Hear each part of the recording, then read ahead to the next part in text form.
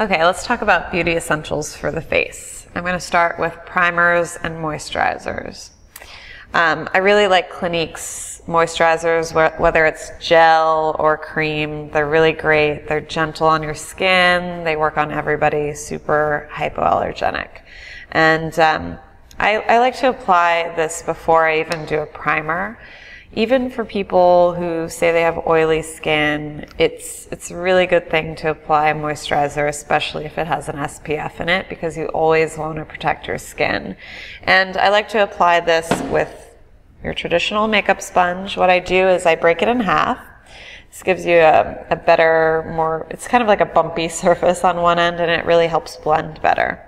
So I'm going to save the other half for when we do foundation. Now you take a small amount, put it on the back of your hand, and then just blend into the dry areas of your skin. Get a nice even coverage. Once you're done with that, you can move on to your primer. I really like MAC's Prep and Prime. It's great. It's got a little bit of a shimmer in it, so it keeps your skin looking dewy and fresh and real. And I also use this on my eyes as a primer for eyeshadow, but we'll get to that later. The reason we use primer is it basically holds your makeup in place and it makes pigments more rich. So anything that you're putting on your face, it'll really grab on if you use primer. So now that we've moisturized and primed, let's move on to foundation. And I'm not really a traditionalist when it comes to foundation. I prefer tinted moisturizer. I think it gets just as good coverage and it ends up looking a lot more like your skin than something you've put on it. So the tinted moisturizer that I really love is Laura Mercier's oil-free tinted moisturizer. It's great because it has a 20 SPF where most of them have 15. And like I said, it's oil-free, so it doesn't clog your pores. It's really great and makes your skin look flawless. I'm wearing it right now. And the thing I like to tell people about foundation is you don't have to find one foundation that is your exact skin tone, because as you know, in the summertime you might get a little tan, or in the wintertime you get kind of pale. So what I like to do is get two foundations, one a shade darker than my skin tone and one a shade lighter, and then I blend to match.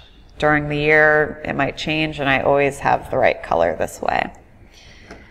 And what I like to use to apply my foundation is a nice wide synthetic bristle brush. The synthetic bristles are good for creams and liquid makeup because it really glides off of the bristle. The natural bristles tend to hold it a bit more, and you're not getting as much of the product on your face as is on the brush. So what I do to apply the foundation is I start in sort of a T-zone. I apply a little bit in between the brows in a fan shape. I apply underneath the eyes, down the bridge of the nose, tip of the chin, and around the nostrils coming onto the upper lip. And then I go back to my other half of my broken sponge, use the rough edge to just lightly blend outward till I get some even coverage.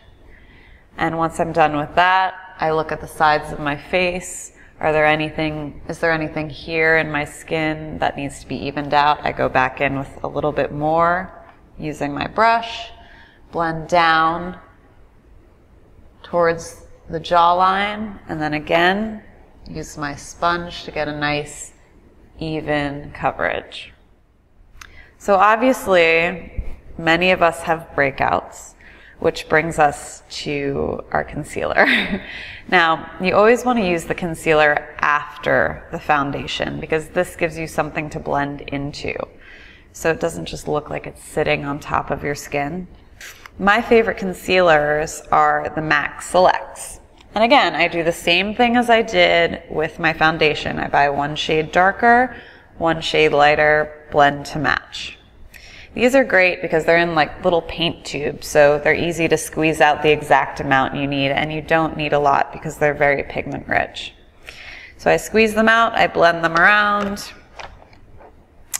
on the back of my hand usually, because then I can really see how they're comparing to my skin tone. So once I have my pigment on the back of my hand, I like to use a fan brush, and a small fan brush. The reason I use a fan brush is I find it very, very light, and it's not going to take away a lot of the makeup that you've applied to your face. And you really, you don't want to pull the makeup away from your face. You really just want to dab, and then at the very edges of where you're concealing, then pull outward. And this does this beautifully. It really just blends into your skin so nicely. And again, it's a synthetic brush, so the makeup really just glides right off of it.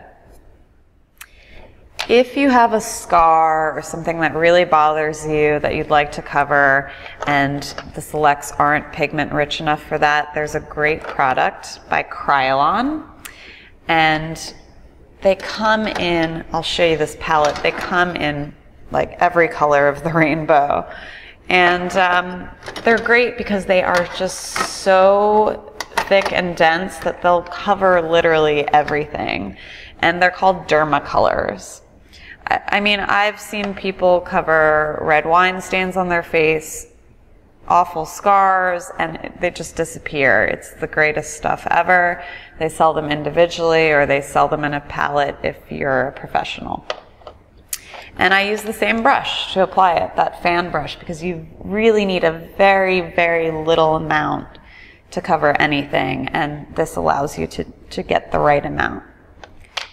So after we've gotten all of this done, we've got our foundation, concealer, moisturizers, all that, you want to set your look. And you do that with a translucent powder. I really like Makeup Forever's HD powder. It's the lightest. It really just soaks right into your skin so you don't see it. It doesn't sit on top of your skin like other powders might.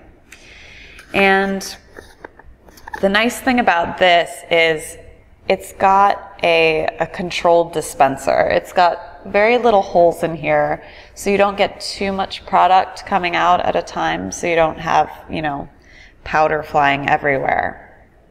And the brush that I like to use to apply it is nice, big, fluffy, natural bristle brush. These are great for powder. They're super soft. They feel good on your skin. They disperse it really nicely. And I say the wider the better when it comes to powder. So what I do is I dab the top of my brush into the powder, and then you shake out any excess, because you really don't need a lot of the stuff. It's so good that it's really a minimal amount that you need. And I just go over the areas that I want to look a bit more matte.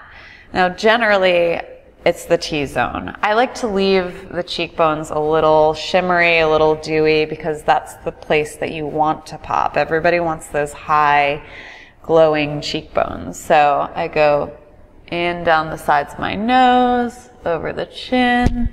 If you don't have bangs like me, over the forehead. And this should give you a nice matte finish where you need it. And it also holds your makeup in place. Okay, so once we've finished with our powder, we can move on to another kind of powder, which is blush. And you would think you could use the same brush that you used for your regular powder for blush, but no, it doesn't have enough control. So I'm going to move on to brush 187 by MAC. This is great because it combines these stiff bristles with a fluffier bristle at the bottom. And basically what this does is it distributes your powder so that you don't get too much at the tip here. You get a lot more control because these are much more firm. So, and not to mention it's much smaller, so it can fit that apple of your cheek. Now, the blush that I'm using right now is NARS Orgasm. I love this because it has a nice amount of shimmer in it to really highlight those cheekbones again. And the color is, it really goes with so many different skin tones. So I'm going to take my brush, apply that powder, Shake it a little bit so that powder falls down into the bristles. And you always want to start at the apple of your cheek. So you've got to give a big smile so you can locate that. So you just really dab it onto the apple of your cheek and then blend outward in a circular motion. So it really just fades away into your cheekbones. And then you do it to the other side.